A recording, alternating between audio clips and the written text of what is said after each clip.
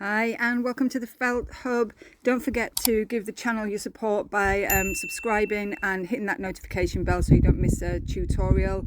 I'm going to show you how to make needle felted strawberries. This is a time lapse. The full tutorial is available in the Felt Hub. So the first thing we're going to do is we're going to start by wrapping our wool around a barbecue skewer. I am using carded wool, but wool tops, any wool that you have will work for this project just because of the technique. It doesn't matter what wool you use. So we're just going to create a really simple sort of egg shape with a narrower point at one end on the skewer. Use a 38 star or a coarse needle. Mine is a 38 star, but any coarse needle will do. If it doesn't have that much bend, you'll know it's a coarse needle. If it bends quite a lot, then it's a finer needle. And we're just going to work that shape around the barbecue skewer and make sure that there's no air. Make sure it's pulled nice and tight and flat. It's all about the technique. It's a simple enough project, but getting the technique right is really important, and then you can get those really realistic strawberries, which look absolutely amazing when they're done. So I'm just continuing to create this shape. I am now using a 40 fine needle, and I am just working around the sides diagonally to make sure that all that wool is tucked in nicely, and we are working the shape up the strawberry, so we've got a nice sort of fat end and a narrow end, and I'm just going to widen that now because I want a big juicy strawberry. So I am going to wrap quite a bit more around that, and then I'm going to continue to felt.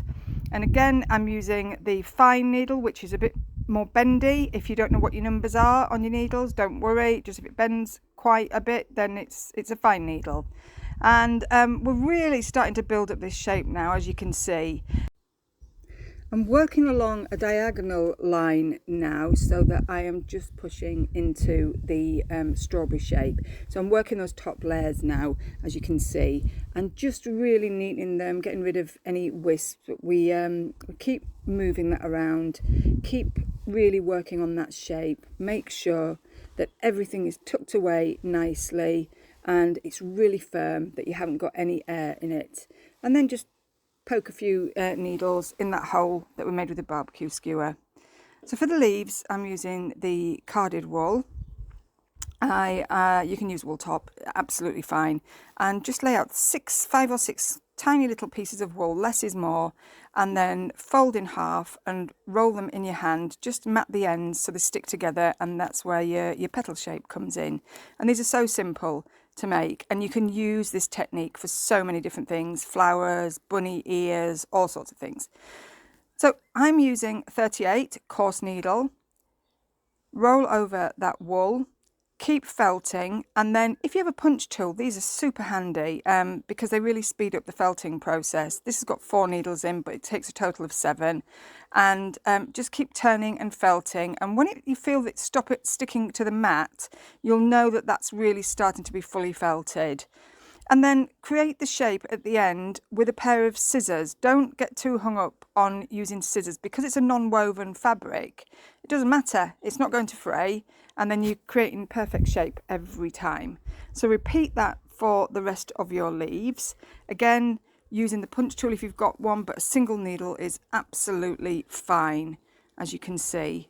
And because there's such tiny pieces, you only need a single needle. But like I say, if you're doing a lot of felting, then using the punch tool comes in really handy. And make sure that you've always got a topper on when you use the punch tool.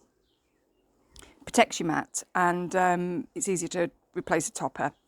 So we're going to add some detail now. You can needle felt it on, but I absolutely love using embroidery thread because it's so much easier, so much faster, and really precise. So you can get those really beautifully straight sort of lines that you see with these strawberry seeds. And what I'm doing is I'm just working in from the top, so it doesn't matter if it looks a bit messy there because I'm going to be popping the leaves on there, you won't see it. And I'm just doing an under and over stitch all the way around. So I'm going to divide it probably into 8 segments, maybe more, it depends. I won't do the entire piece now, but the lemon there that you saw, that's another tutorial that I'm going to do. So keep stitching until you're happy with the number of seeds that you've got on your strawberry. And once you've done that and that's completed, we can start adding the leaves. Now our strawberry details have been added, we're going to pop the leaves on, and it's really, really simple. We're just going to work from the centre outwards. So if you remember, when we were creating the leaves, we left that little wisp at the end unfelted, and this is the part that we're going to pop into the centre of that strawberry where your barbecue skewer was. And by the way, you don't need a barbecue skewer, you can create these shapes yourself, but the barbecue skewer just makes it so much easier.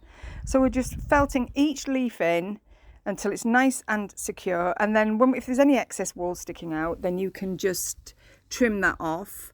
And what we're going to do is, at the ends of each leaf, we're just going to gently felt them so that they stick to the strawberry. It gives them a more realistic appearance. So I'm working on the stalk here now, and again I've just rolled up and felted a small piece of wool, and then I'm rolling it in my hands. The ends are quite tricky to felt, so what I use is a piece of cardboard, and what that does is it protects your fingers but allows you to really flatten that end to give it that stalk-like appearance. It's a brilliant tool to use, and then again your hands also great tools. Make sure you roll it till it's really firm, very little felting when you're making the stalk, to be honest, with your needle, and just poke that in the middle. And that is your strawberry completed, ready for beautiful brooches, summer garlands, or however you want to display them. And don't miss all of my other brilliant tutorials. There are so many things to choose from. Needle felting is such a versatile craft, and there's so much inspiration on my channel. I love questions, so feel free to ask me anything in the comments, and thanks so much for watching. I hope you enjoyed this tutorial as much as I did.